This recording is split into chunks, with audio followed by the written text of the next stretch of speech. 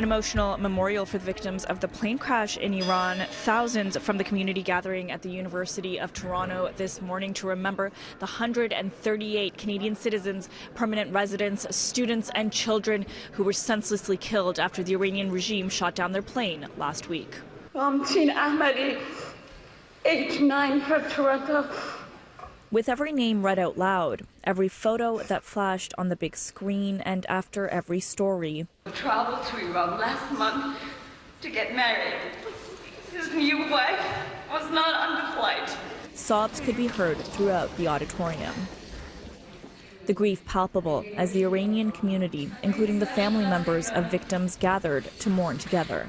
It's unbearable. The family still in shock, cannot believe that something like this, a tragedy that has never happened in the history before, has happened to us.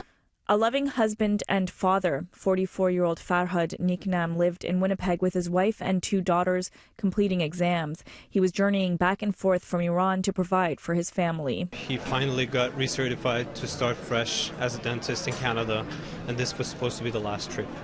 You talk about justice, but talk about justice to the daughter, to Yana, 6-year-old, who was waiting to see her dad for 40 days, who slept early that night to be able to wake up and go to the airport to pick up the dad, to 2.5-year-old Yuna, who said, yeah, my dad is coming tomorrow. Nothing can bring justice to this. Nothing can bring their dad back. We have lost such incredible people. A number of officials in attendance, including Deputy Prime Minister Chrystia Freeland. And this is Canada's loss.